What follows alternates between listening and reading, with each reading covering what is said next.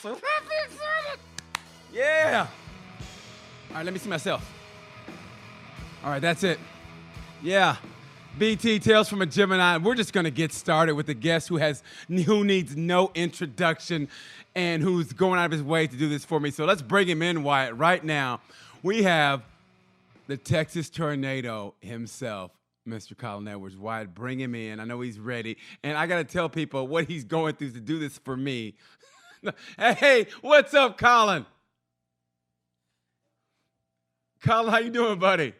Hello, can you hear me now? I can hear you. Hey, first of all, man, listen, I'm going to tell the people right now, I'm going to go behind the fourth wall and tell people this man has literally done, to do this for me right now, what he's going through needs to be applauded. For one, I always start these off by apologizing to every MotoGP racer that I've encountered in the paddock over the years because I know how annoying I am.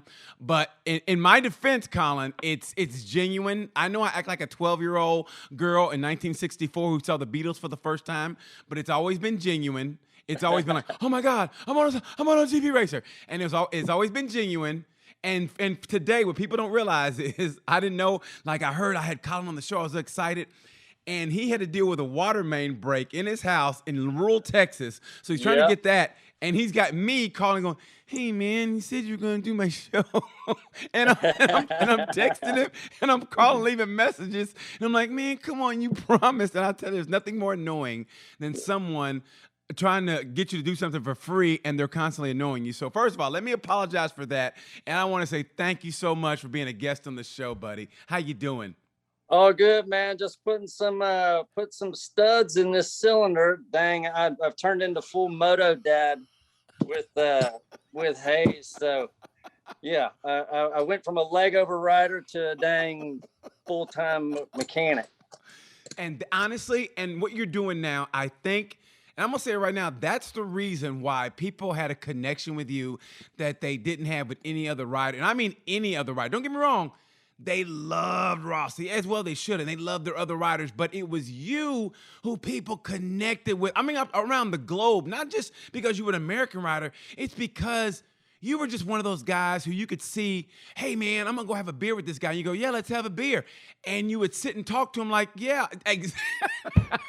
Are you day drinking? Gotta pass the time somehow. And that's why people love you, man, because you're on that level to where people just feel like they can come up to you and say, hey, man, and give you like a tap on the shoulder and say, hey, let's talk a couple stories. And that's why people love you, man. I mean it from the bottom of my heart. So I appreciate you coming. And that's why we connected, because when you said you had a water main break in your house, he goes, man, living in rural Texas. And I go, I know that feeling. I lived in Texas and I grew up in Oklahoma, but I know about the rural living because I used to go to Texas every summer to my great granddad's house outside of Paris. It was in Wolf City, and no indoor plumbing. And I know all about that, buddy.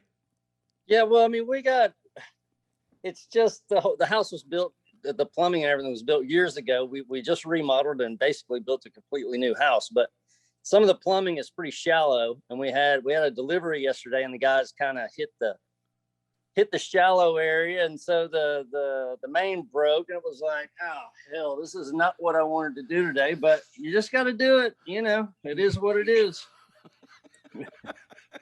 I swear to God, like I felt so bad when Alan hit me up. He goes, hey man, did you screw everything away with Colin? I go, man, I called and text. I don't understand. And then you called me back and said, had a water main break. Oh man, now I feel like an asshole. Yeah.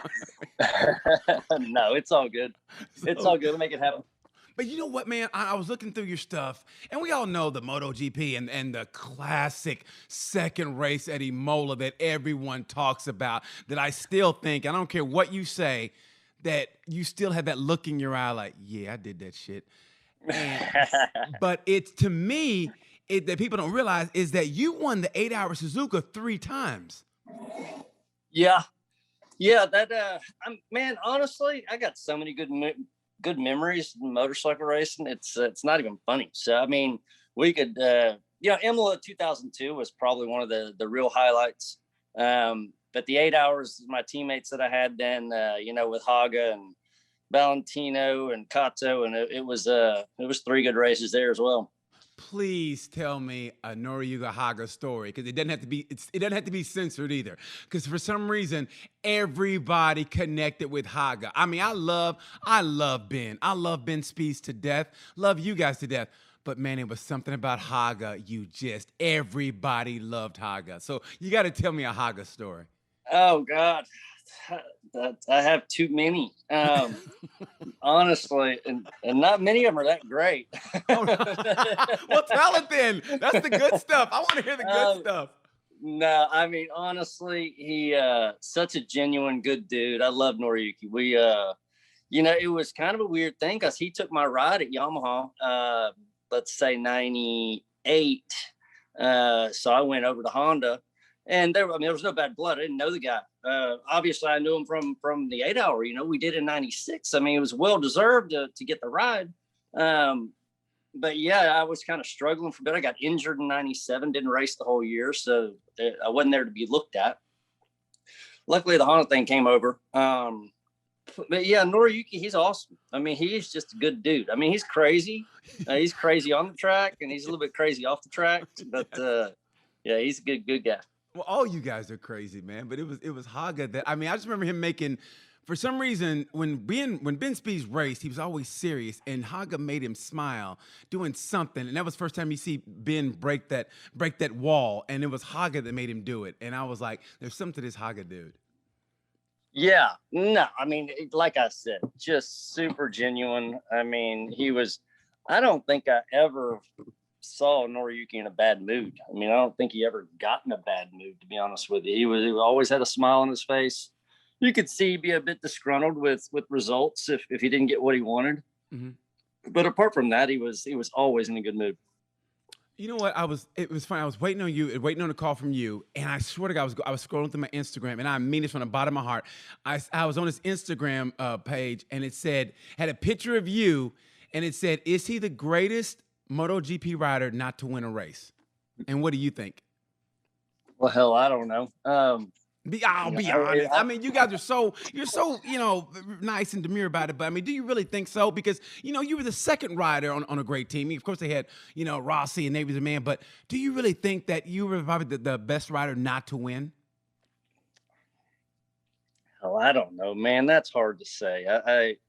I don't regret anything ever. There were a couple races that I probably should have won.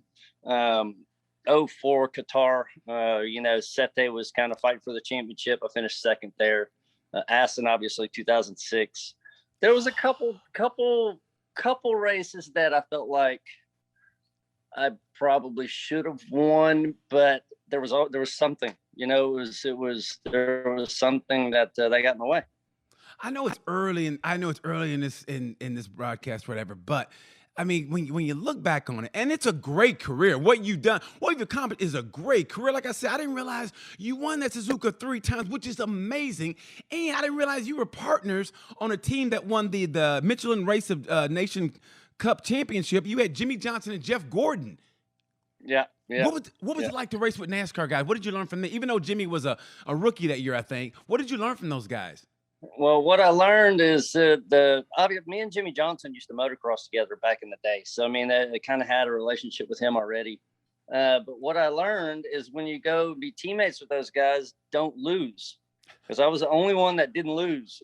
I won every race I got put in that weekend. I won. Yeah. And it all came down. I don't know if it was Jimmy or Jeff that we got to the final. One of them won, one of them lost.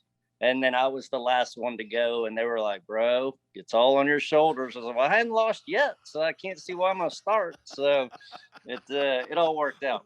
Now, why'd they put it on your shoulders? You're the motorcycle guy. I know, it's weird, isn't it? Because they were in like rally spec type cars, and we were in like these 2-wheel drive buggy things. But all the motorcycle guys were in these buggies, and they were pretty quick actually, a lot of fun. So.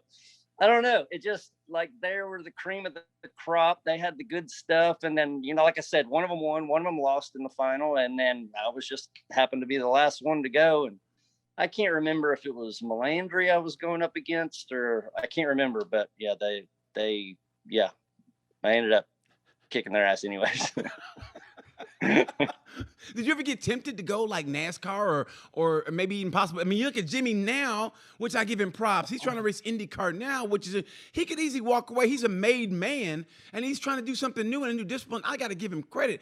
Were you ever tempted to go for four wheels? Not really. No, I mean, I never really had the right offer. Had a couple little things, but nothing that would make me that I was excited about. Let's say, it was never. It was like, oh, come try this, or let's go try that. But no, the only race that I've ever done in my entire life that I wish I would have had four wheels was in 2013. We did the Baja 1000, and there was 6 of us, and it would have been freaking awesome to have four wheels, but our dumbasses did it on 2. And it was a struggle. And because of my dumbass, we had to enter the pro class, which none of us are pro dirt bike riders. We didn't have to. We just thought it would be more legit, with that. So we ended up finishing 4th, so it was good. You got 4th in a Baja 1000, just messing around. Yeah, the 450 pro class. We were on a WR 450 Yamaha pre-stock. I mean, that place is just about survival. Just keep the machine moving. Were you ever tempted to do the Dakar? Ever? Oh, hell no! But I got one of my buddies that talked me into all this shit at boot camp. He's English fella from Whitley Bay in England, and he's got the whole tower and everything to put on this old WR. He wants to go do the test run and try out and get his points, and he wants to do the Dakar. And I'm like, bro, you're like 52. Like, I think time has passed. Hey man, you ain't got to say that. I'm 52 also, so you ain't got to say that, Colin. That hurts my feelings, bro. Because I live life limitless. So hey, ain't nothing against you. I'm just saying. I'm saying it hurts my feelings, man. Because I live like you guys. The only reason I ride a bicycle, I do everything like you guys. Because once I'm a Gemini. That's why it's called Tales from a Gemini. So when I get into something, I get into something. And so when I got back into motorcycles, I gravitated toward it. So when GP came to Indianapolis, that's why I was like a kid in a candy shop. I was like all over the riders and everything. And it's never passed since then. Since I got back in, it's never passed. It just keeps getting worse. Like the addiction keeps getting worse. And now that I'm talking to you, it's even worse. It's not even a word, but it's worse. So in the back of my mind, matter of fact, today, I posted a picture of the Dakar, a video of the Dakar, and that's what I live for. Like, I want to look like you guys. That's the reason I rode my bike 46 miles yesterday. I want to look like you guys. Because you guys, Ruben Zaus, who never smiles, by the way, you and Ruben Zaus and Bayless and Corser, you guys still look like you could still give me at least 10 good laps, like a good sprint race.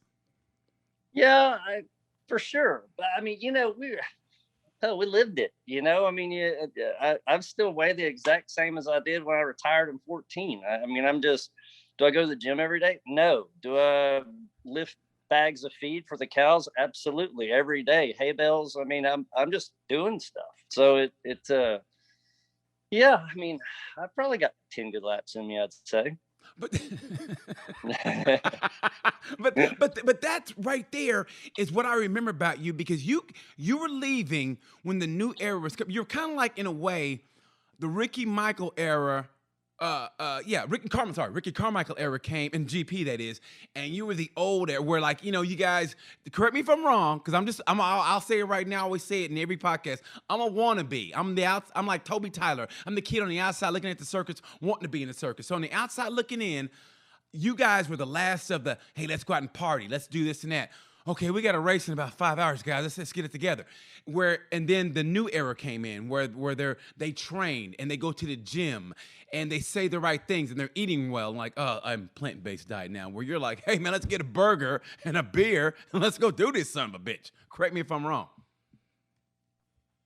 I think you're pretty accurate. I don't know how you got all your information, but you're pretty accurate. And that's about right, and I'm dealing with it now with Hayes, my son. And I talked to him a lot about it, and I've suggested in a roundabout way that basically, we were kind of the end of that era of, party if you want to, go out and just as long as your brain's right, you can make it happen. But there's so many guys now that are on this program, be it whatever, plant-based or protein or whatever the hell it is. They have so many different ones. So yeah, I mean, at his age, he's 15, and the old style of just screw it, give me a motorcycle, I'll go ride it. That I don't think that works like it used to. Yeah, I wanted to ask you this. It's kind of off key, but I wanted to go like, do you ever go to like the Garrett Gerloff and go, you kids are pussies. We used to race 2 races in a day, and now you do 1, and then you maybe do a sprint race. Oh, poor baby. I mean, do you ever give those guys a little crap sometimes and tell them how the old days used to be? Not really. It's a different era. I mean, that was the thing. I loved the 2 races in a day. It was awesome because you never really knew how your bike was going to react until you got in a race situation. Yeah. So, and it was, if you won the first race, it'd be like, great. Okay, I won the first race, but what can we do to make the bike better? Because I know everybody else that was behind me is going to fix their bike to make it go better, and that's generally how it was. And then if you had a shit race, the first race, you had time to figure out, it's like, I know exactly what's wrong with it. We're too low in the front. We need to do this, fix that. So you always had an opportunity to kind of fix the situation. Mm-hmm. The one race, I mean, you kind of roll the dice and hope you got everything as good as you want it. Weather might be 10 degrees different, a little more humidity in the air, and the next thing you know, your shit's all jacked up. So, but that's motorcycle racing. Okay, how many sips of champagne did you do after race 1 if you won, between race 2? Did you even like take a sip, or you go, no, I can't do that? I mean, did you ever like take maybe 1 or 2? No, I don't think I ever took a sip after the first race. I'm pretty sure I didn't. I mean, you know me as a funny lucky have fun guy, but when it was time for business, it was business day. Yeah, there was no real jacking around on business day. Right. You had a lot of sponsors and a lot of people with a lot of money and a lot of eyes on you. So you when it was time for business, that was it. Okay, well, and back to your story. I know where you're going with this stuff, because I don't know how many times that we get blitzed on Sunday and just have a good old party. Races are over, and then we turn around and test on Monday at the same track. Oh. And you're crawling your ass out of bed, wiping shit all over your eyes, and trying to get your bearings.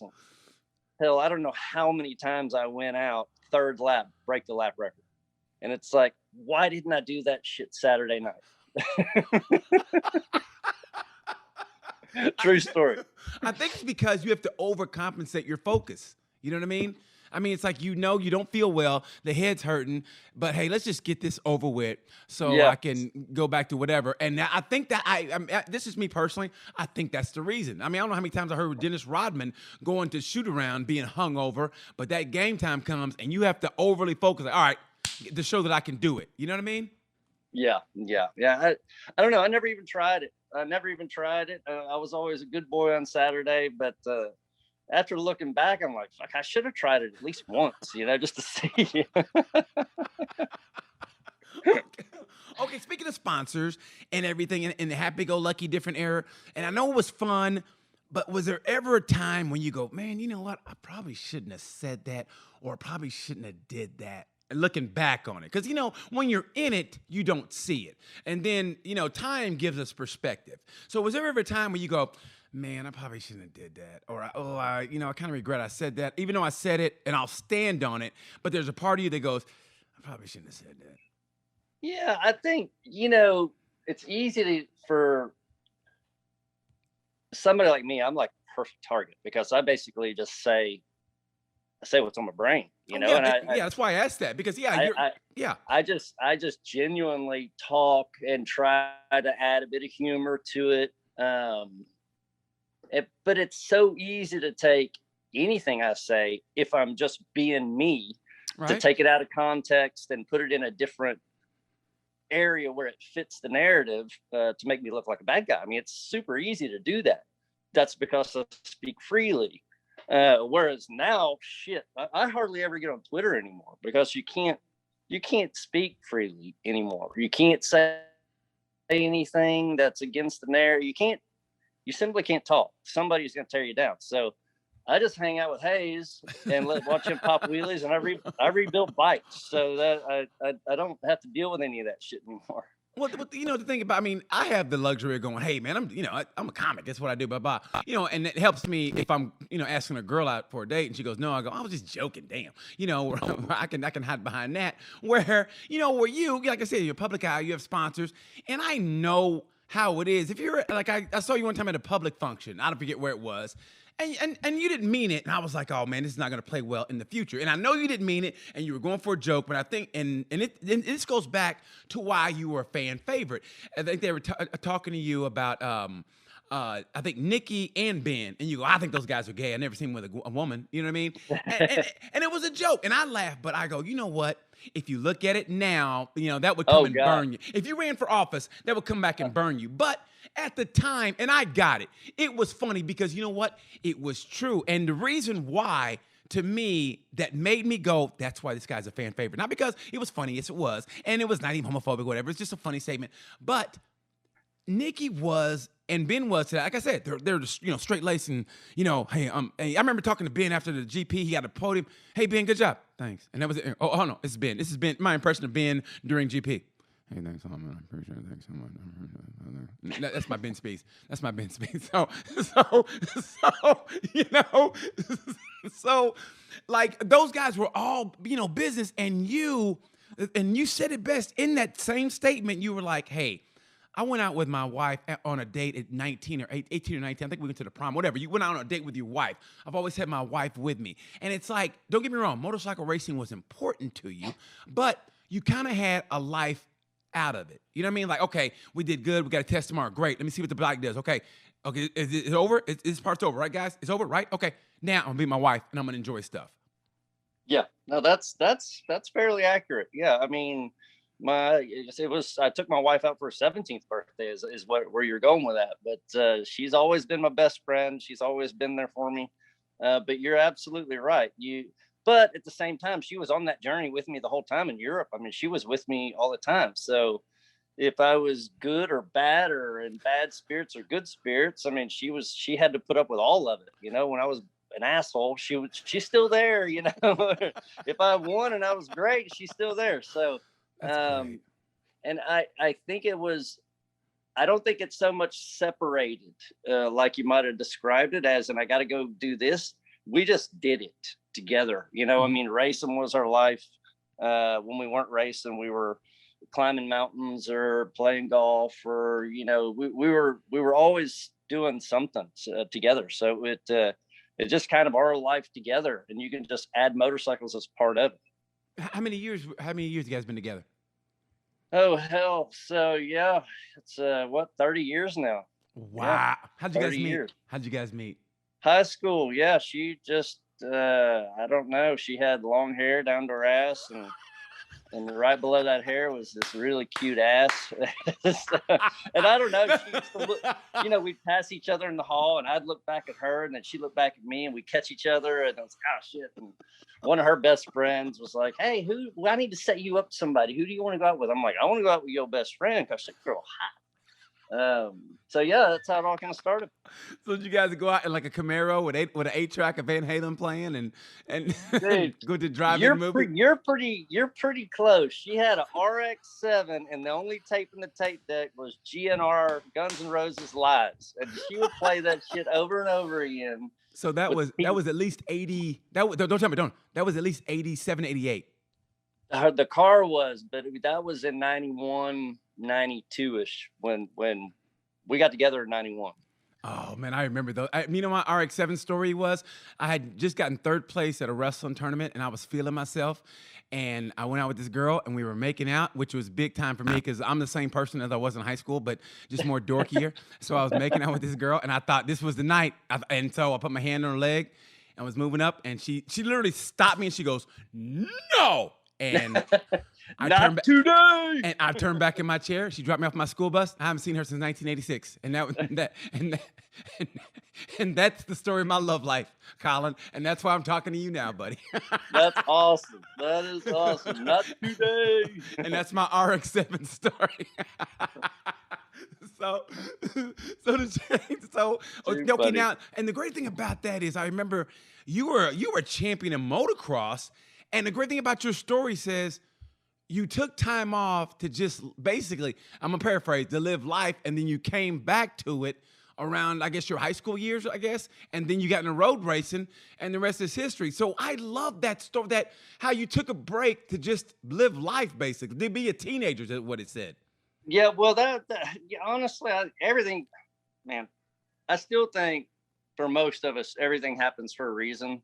When I was Hayes' age at 14, he's 15, but when I was 14, I was factory Yamaha. I was right behind Damon Bradshaw. I mean, I was getting 3 free bikes a year. You know, I was their next kid that they were grooming. And I just got burnt out. I've been doing it since I was 3, and I was small. I was 80 pounds, racing against a bunch of 110-pound kids. And I just got burnt out. And you know, the deal was go to school, come home, and it was ride. A buddy would pick me up, go ride for 2-3 hours, come home, wash the bike, wash the gear, clean the filter, get some dinner if you could, do homework. You had to do your homework. So it was like a full-time freaking job to keep this thing going. And so when I quit anyways, I took about 1.5 years, 2 years of playing tennis, chasing girls and all this stuff. And then kind of, you know, I mean, my balls dropped and I kind of, you know, started growing a bit. And then I started thinking, I'm like, man, I got to figure out a way to get some money because I'm about to be, and I was actually out of the house at like 15. My stepmom and I did not get along. So I moved in with some friends for probably that point on. But then I was like, man, I got to figure out how to make some money. And then my dad, I think he bought, he was in the used car business, and he brought home an FCR 1000, 1988 model, with a Yoshimura pipe on it, loud as hell. But he got it on a trade in, and he's like, we're going to fix it up. Plastic was all broke. So we fixed it all up. Next thing you know, I'm getting my license on that thing at like 16 and a half years old. I had to take a little 2-week course. I went and got my license, and I was driving around an FCR 1000 at 16. So that's where that bug kind of started. And then my dad's like, let's just go watch the races. And we went up and watched. And one of the guys that used to kick his ass in motocross, he's out there winning races. So I thought, well, man, if he can do it, I can do it. That's just kind of how it all materialized, you know. And the rest is kind of history from that point. And that Texas kicked in. You go, man, if that son of a bitch can do it. And I used to whip his ass. Yeah, exactly. Oh, trust me, I know how that goes, man. I bet. Is that your son? No, this is Van Martin. He's kind of our head. Hey, Van. He didn't really. He's over here texting. The new generation. Mm-hmm. Well, man, you know, I read about that, and I was like, okay. I just thought that was great how you came back to it, and then you found your car. Now, does your heart lie in dirt bikes, or is it road racing? Because now you have the Texas Tornado camp, but you know it's a lot of dirt racing, and I would think you would have like a road racing school. Also, I'm like, what made you go dirt instead of having a road racing school like the one I went to in England? Haslam. I went to the Ron Haslam school in England last year or 2 years ago. Yeah, it's and you know, I mean, I look at somebody like Jason Pridmore, you know, with the Star School here. He does a really great job. I've been guest instructor with him, and it's a really solid school. You know, the way that the investment side and this was just the way boot camp came about. Is this is all we did. You know, I can't go to a road race track and practice every day like motocross guys can. Yeah. And I learned from Kenny Roberts Jr. And Senior. You know, I went and stayed with them for a couple of weeks in '92, and all they did is this dirt tracking. This was their training, and I thought, man, that's kind of how it happened. So we started doing that. We came back home, bought a bunch of little XR100s, topped them up, put some slick tires on the back, and started dirt tracking. And then I bought this piece of property and built a little track and a shop. And we used to come out here, honestly, and ride. When we get done riding, we'd shoot some guns. And when we got done shooting guns, we'd drink some beer. Well, we probably drink beer while we're shooting guns, to be honest. That's, Um, that's why I was showing my producer. My producer, I love this guy. He's 20 years old, and here's the new generation. He's 20 years old. He doesn't know who Pearl Jam is. Well, there you go. Dude, I mean, you understand. You understand this. Every time I come in here, it pisses me off that a 20-year-old doesn't know who Pearl Jam is. And it just but today when we were getting ready for the show, I had him because it's Ace Frehley's birthday today. He's 70 years old. And Ace Frehley, Kiss changed my life. It really did. They're my favorite group in the whole world. So I said, do you know anything about Kiss at all? Because I was pissy. I said, you know anything about Kiss being condescending? And he goes, do they sing Rock and Roll All Night? I go, yeah. How do you know Rock and Roll All Night by Kiss, but you don't know who Pearl Jam is? Don't know Pearl Jam. I know. I wanted to give him a whooping and tell him to go to his room. I really did. I mean, he's 20, man, and it just pisses me off that. I mean, anyway, but that's the new generation. But I read, didn't you used to beat Kenny Roberts Jr. in dirt biking or in competition somewhere? You used to beat, or was it an AMA? Yeah, me and Kenny Jr. when we both turned pro at the same year in '92. And we were riding the 250 GP class at all the AMA events. And yeah, he finished, I believe he finished second or third that year. I can't remember. And I had won that year. I won, I think, 5 of the 9 races. I think he had won a couple. But yeah, that's kind of how we became friends, that year. So when he won GP, did you put the same philosophy as you did when you saw the guy win in road racing? Like, well, if this son of a bitch can win a championship in the world, yeah, shit, this is gonna be a cakewalk for me. I used to dust his ass. It's not really. I mean, I did maybe think that in the back of my head for like a moment. But at the same time, I mean, different atmosphere, I know. Completely. But the good thing, I mean, I won the championship that year in 2000. He won the championship in 2000. So it was kind of an American-dominated, World Superbike, MotoGP or whatever, 500. That was a good year. Okay, so getting to why isn't, and please help. I don't understand, especially American road racing. I remember the AMA days, man, where it was crazy, and we had the crazy talent, and we had the fans. I mean, it was stacked, and I just remember this. I think it was Speeds who came out and did a stand-up wheeling, and it was just an excitement. And where did it all go? And will it come back? Will the factories come back to American road racing? That's the main thing. I mean, it will never come back without factories. Your factories dictate a lot of things. They want a lot of things. They want fans at the track, and they can make that happen. But what happened? What happened though? The pot dried up. They basically it wasn't worth it. When you're not selling enough bikes and you're not making enough money, why are you going to spend 6, 7, 8, 10 million on a race team and lose money? So they all kind of got to that point. And what was that, 08, 9, 10-ish, right around then.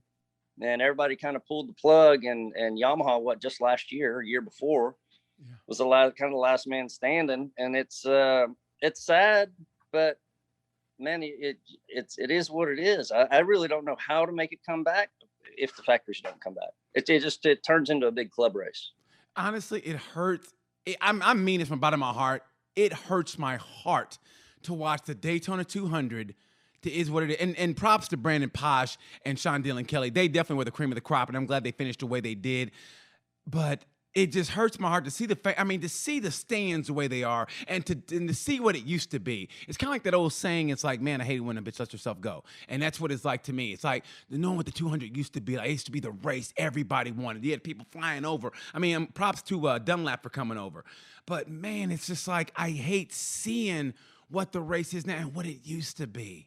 I agree 100%. No, it's a different time, different era. And it's, the only series I can see kind of, the All Japan series, it's kind of not what it was. The Australian series has never really been that great. But your CEV, your Spanish little series, yes, that's kind of where everybody's going if you want to make a name for yourself. And even to some extent, Stuart Higgs running the English stuff up there in England. BSB. I mean, that's a good program, to be honest. I've been to a couple races a couple of years ago, and it was a really good show. Honestly, I went there. Yeah, I went there a couple years ago also. And now that you mention it, BSB is tailor made for 1998 Colin Edwards. Man, you would honestly, you would have been a bigger star than you are now, because they would have loved you. Because that was a fight on two wheels, literally. Back in the day, before everything got all politically correct, those tracks are narrow. And you gave no inches, and I'm sure there was some knockdown dragouts when people weren't watching. That series was made. Do you ever think, like, I wish I would have raced in that? Is that one of the series you wish you would have raced in? Not really, to be honest. Really? Really. I can see you at Cadwell going over that jump, man. You would have killed it. Man, honestly, I know most of those tracks. I haven't been around all of those tracks, but they're. It's the same as when you leave the U.S. and you go over to Europe. You just know in the back of your mind, when you're racing Loudon or when you're racing Brainerd, like there's a couple corners, like you absolutely cannot crash here. If you crash here, you might die. So this is a no-go zone. We're not going to push it at this corner. We're going to push everywhere else. Yeah. And then once you go to Europe, and when you're there for an extended period of time, you can push in every corner as hard as you want, crash in any corner as fast as you want to go. And unless you're knocked around or beat up by other bikes or flipping through the gravel trap, chances are you're not gonna hit anything, So once you get, let's say, spoiled, you get spoiled with that, then your brain goes into not survival mode. It goes into let's push and haul ass everywhere mode. It's hard to come back from that and go to a sketchy track, and it does nothing more but scare the shit out of you, instead of like, well, I just can't push here, don't push there, like the old mentality. So once you've experienced all the luxuries of all these awesome tracks, it's hard to come back.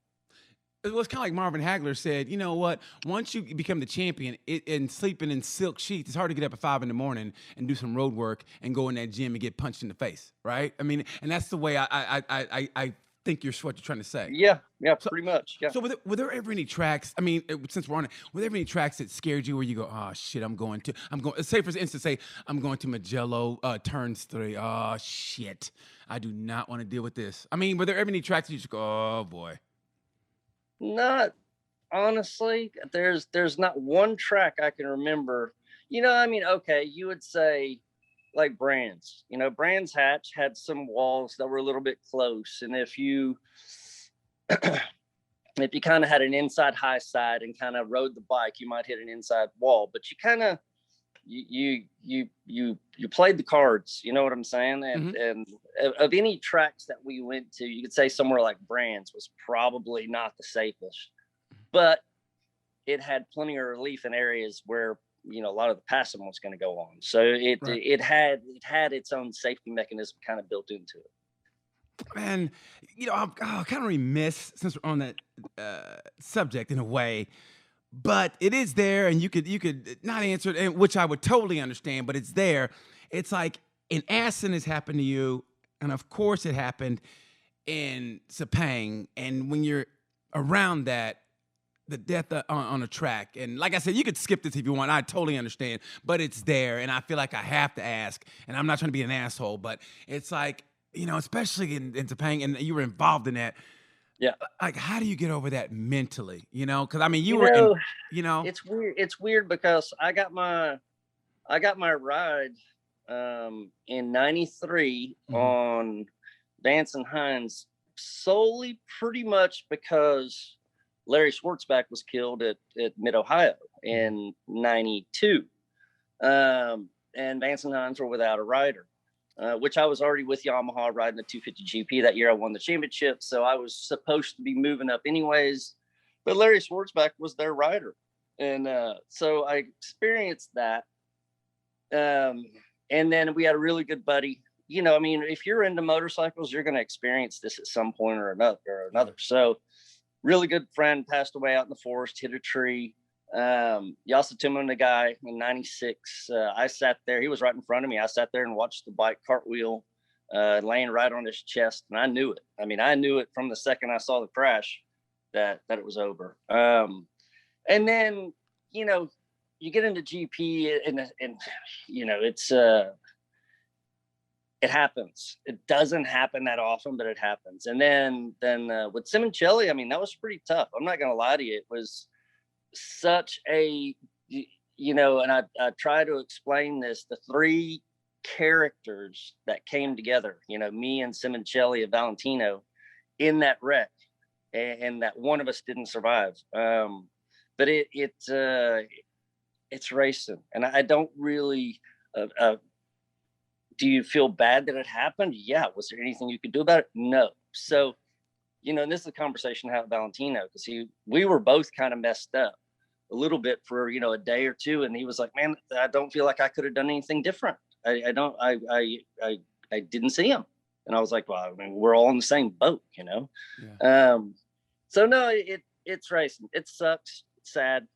It's something that you don't ever want to go through, to be honest with you.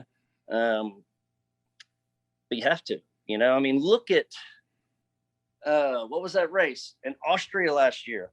Hell, oh my God. We could have lost the whole Yamaha team in one crash. So yes, you know, this is motorcycle racing. If you're around it long enough, it's going to happen. You're going to see it. You're going to witness it. I remember that night, man, and I didn't want to bring it up. I mean, look, I just remember that night.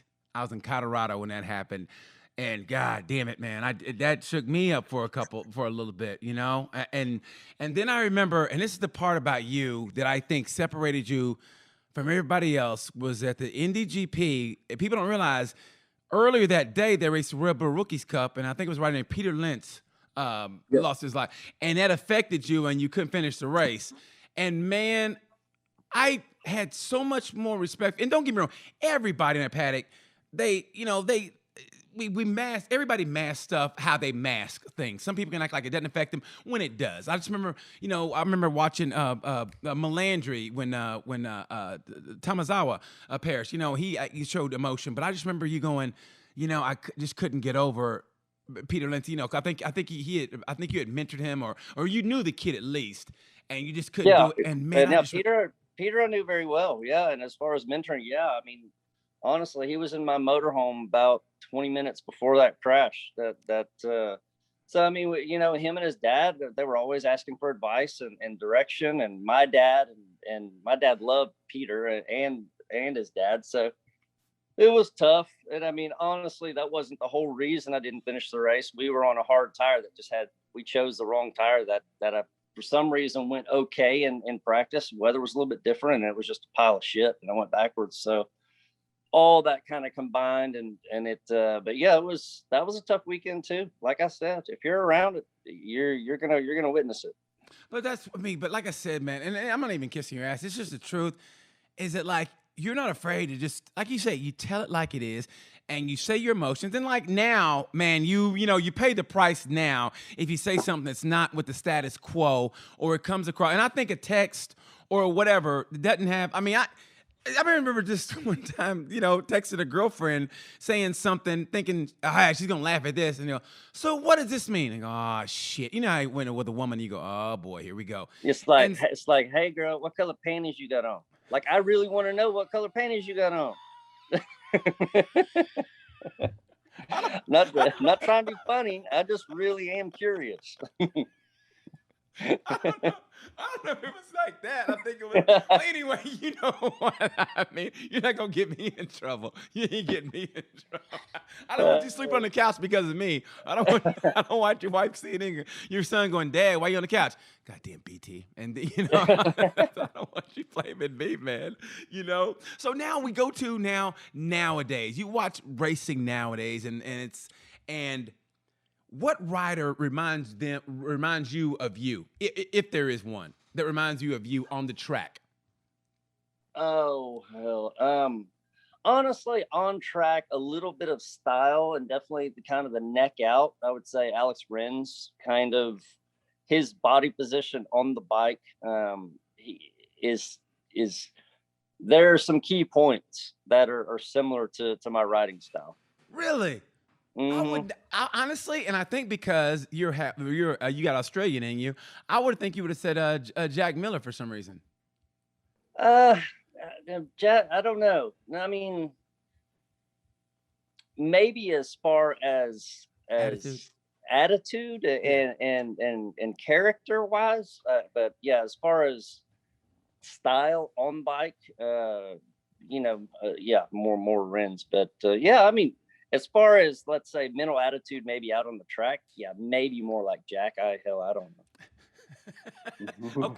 Well, now, do you buy into that? This is the golden era of GP. Now, this is the next golden era. uh,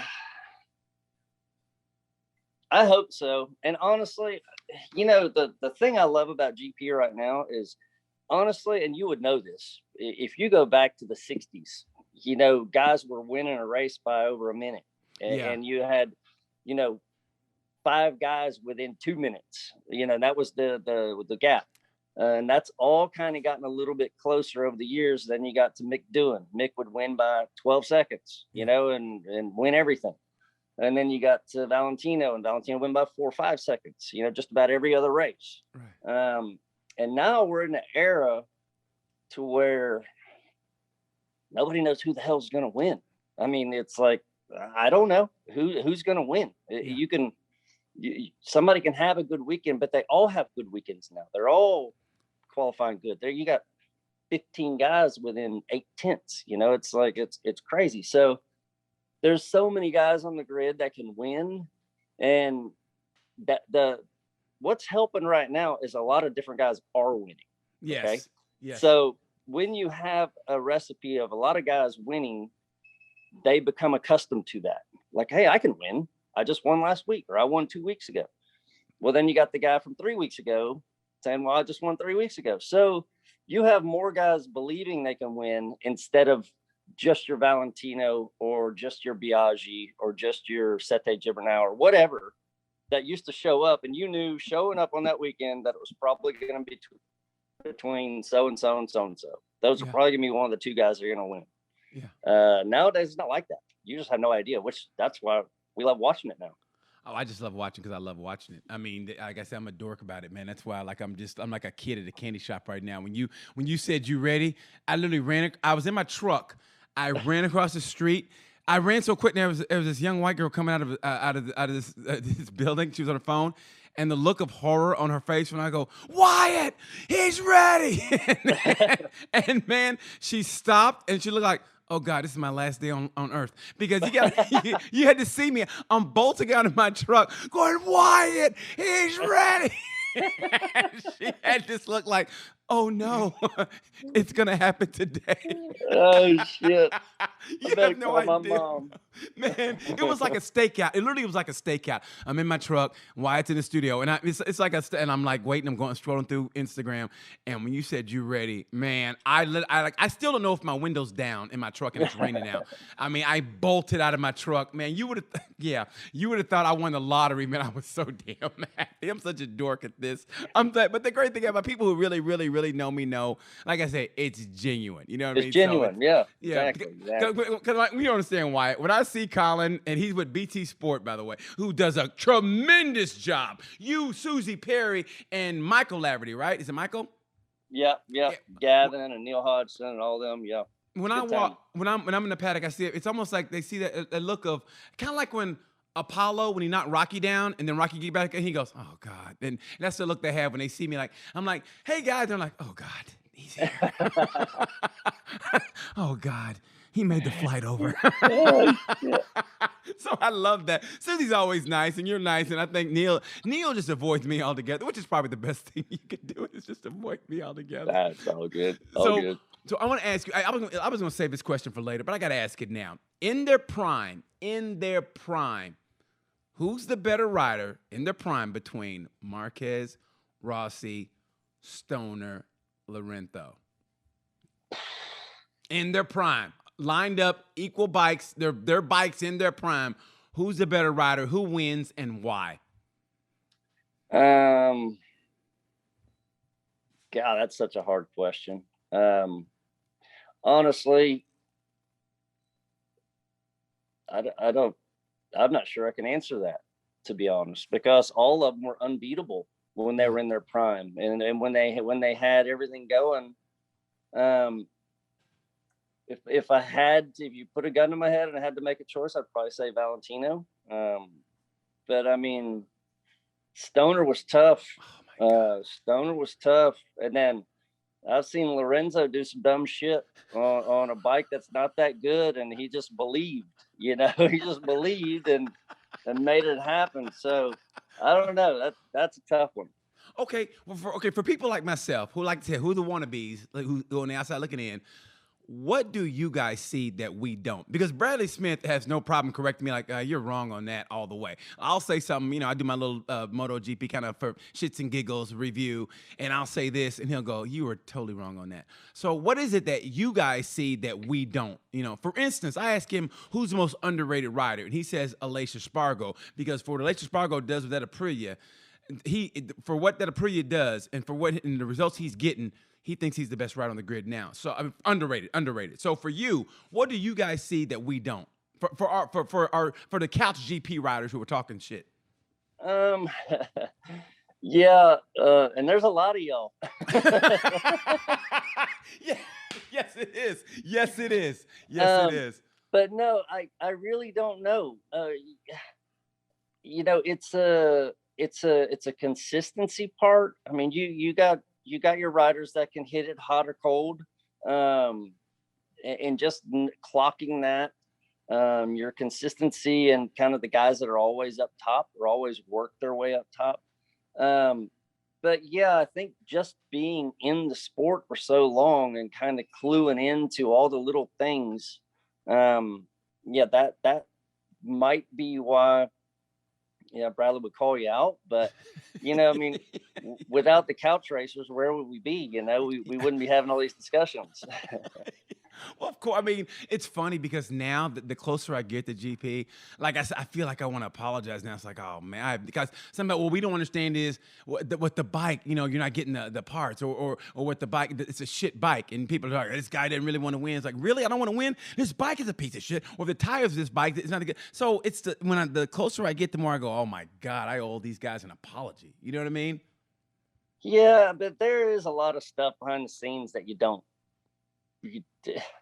And nowadays you can't say the bike is a piece of shit. You can't say the tires are a piece of shit. I mean, you used to be able to say that 20 years ago. Well, Scott Redding did it, and now he's in WSBK now. But Scott Redding did it.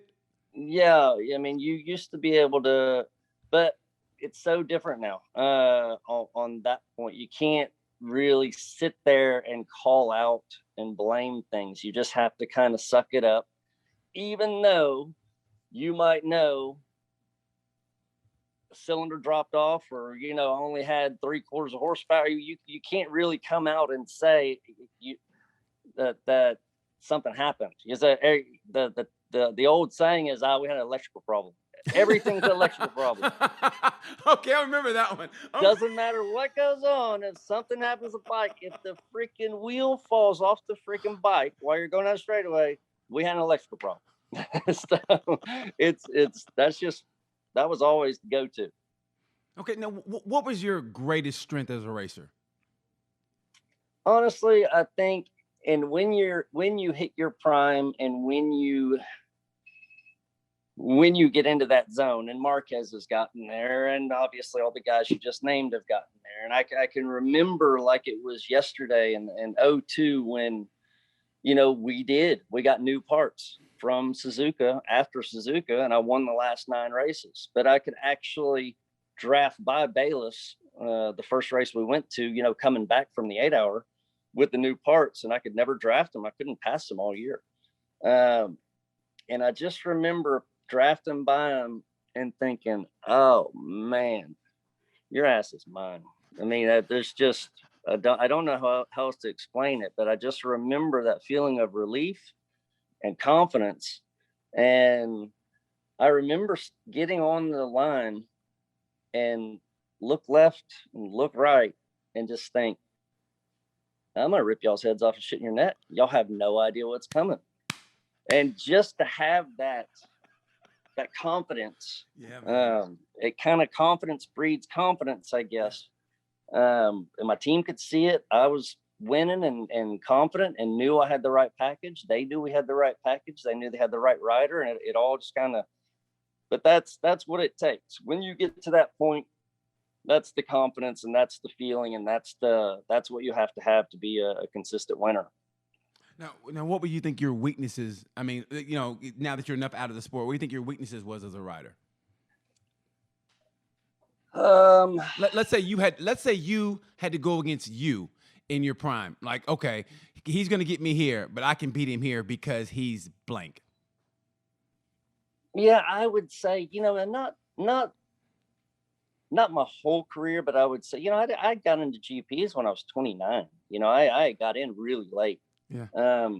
But I would say the first lap, first 2 laps, always, I don't know how many times I got pole 3 or 4 times and, get a start and I'd be 5th or 4th. And it's like always that first lap intensity in my later life, in my later years, in World Superbike, I was fine. But I think that first lap, 2 lap intensity, I'd lose, that 2 or 3 seconds. And then you're always trying to play catch up after that. Yeah. Okay. Okay. Now we get to the fan questions here. What's the best bike you ever raced on and why? 2002 SP2. That Superbike was, can y'all hear that bike in the background? Oh, it sounds like love. It sounds like love. Hopefully they're okay. I think they're leaving. No, I'm at boot camp, so there's guys out here riding. Good. That's good. What was your question? What did you just ask me? I said the best. I hear a motorcycle. I got confused. I said the best bike. Best bike, yeah. The best bike you ever raced and why? Yeah, SP2. The SP1 wasn't that great, to be honest with you. It was okay. Then they made some huge changes to the SP2, got it quite a bit weaker, let it absorb some of the vibrations, and it that SP2 was a really good bike. I really enjoyed racing that thing. And we, I can't remember a race bike that I ever had like it before or since, because we hardly ever touched it, to be honest with you. Suspension stuff, we might click here, click there, depending on if it was bumpy or not, but we never drastically changed, steering angle or offsets or any of that. We found the setting on that bike that worked. But part of that is, to be honest, is V-twin. I mean, the V-twins just have a real forgiving, nice, easy, power that the bike's not trying to tie itself in knots all the time like your 4-cylinders. Yeah.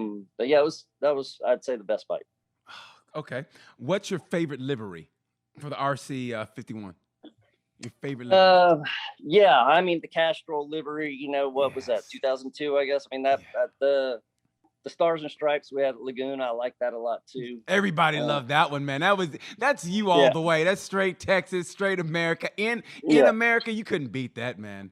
Yeah, that was a good. I still have that plastic. Honda sent that to me after that race. I think I carried it home, but I have it here at boot camp. I could see you taking it and telling Honda, what are you gonna do about it? I could see you doing that. I could see you literally taking that apart and going, hey, I'm taking this, and so what are you gonna do? I could see you. Yeah, no, it didn't go quite like that, but yeah, I probably did. Okay, favorite teammate, the best teammate you've ever had, best teammate, Valentino. Yeah, I mean, and why was it? Why?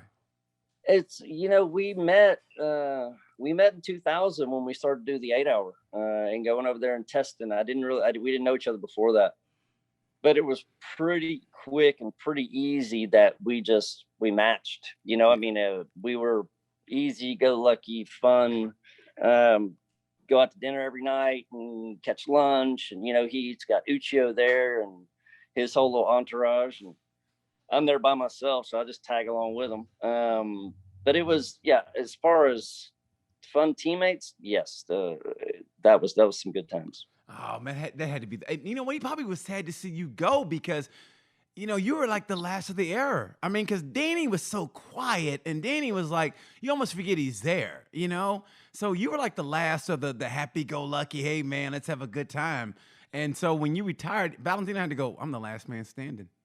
Yeah, pretty much. And then before me, Caparossi was there, and he was a little older than me. And then when he retired, I'm like, oh, shit, I'm the old guy in the club. Well, how about Hopper, though? Yeah, but Hopper was there. Didn't you guys turn over a car in Magello? Didn't y'all do that? Yeah. Unfortunately, that is a true story. And it wasn't just him. It was like, I don't know, I had, it's Curtis Roberts. I don't think Hopper was involved. Maybe Hopper was involved in that. I can't remember, but Curtis Roberts for sure. And I had a couple of my buddies from Texas, and Sunday night we were drinking, having a good old time as you do. And we were supposed to we got to get on the boat to Barcelona on Monday, the next morning. And we're all out there having a good old time. And somebody mentioned, hey, let's turn over Biaggi's smart car. It sounded like a good idea when I heard it the first time. So we all run over there, and it took about 2 seconds, and it just went, shoo. Well, I'm thinking Dukes of Hazzard kind of shit. It's just going to kind of roll on its side and tink, and nice and gentle.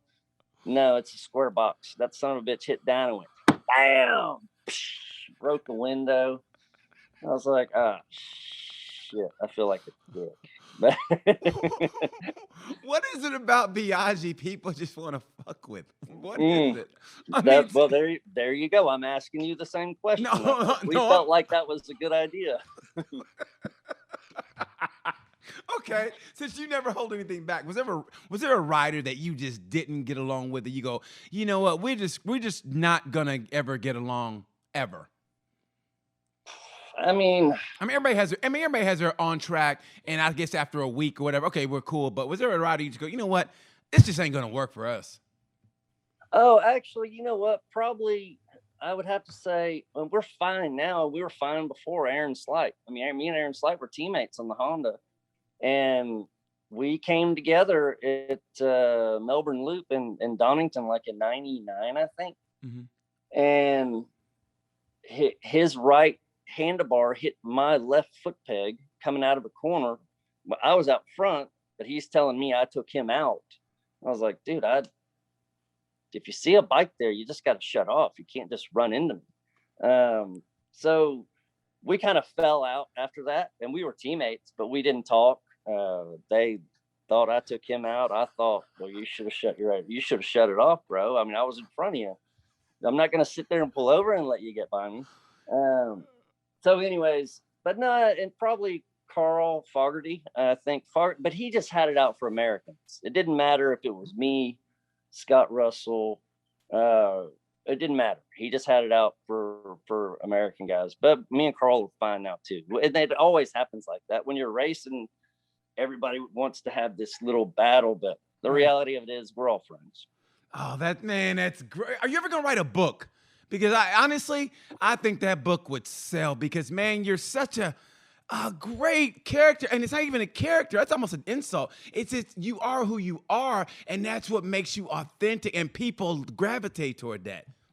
I mean, you're still a popular dude now. I mean, we still love you. They still, because you give it, like you said, like it is. I mean, with that great Texas drawl, and it's sincere. And like I said, you're day drinking. Who does that on a Wednesday? And you're day drinking.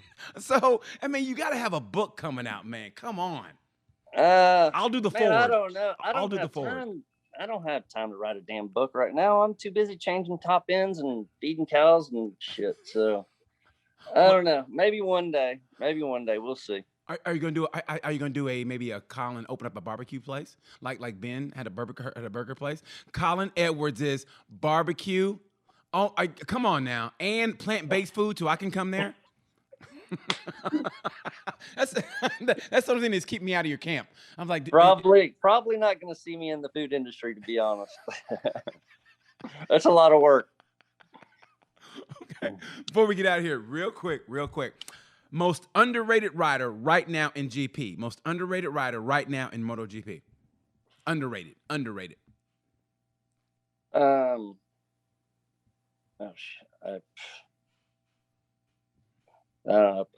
plead the fifth. I don't really.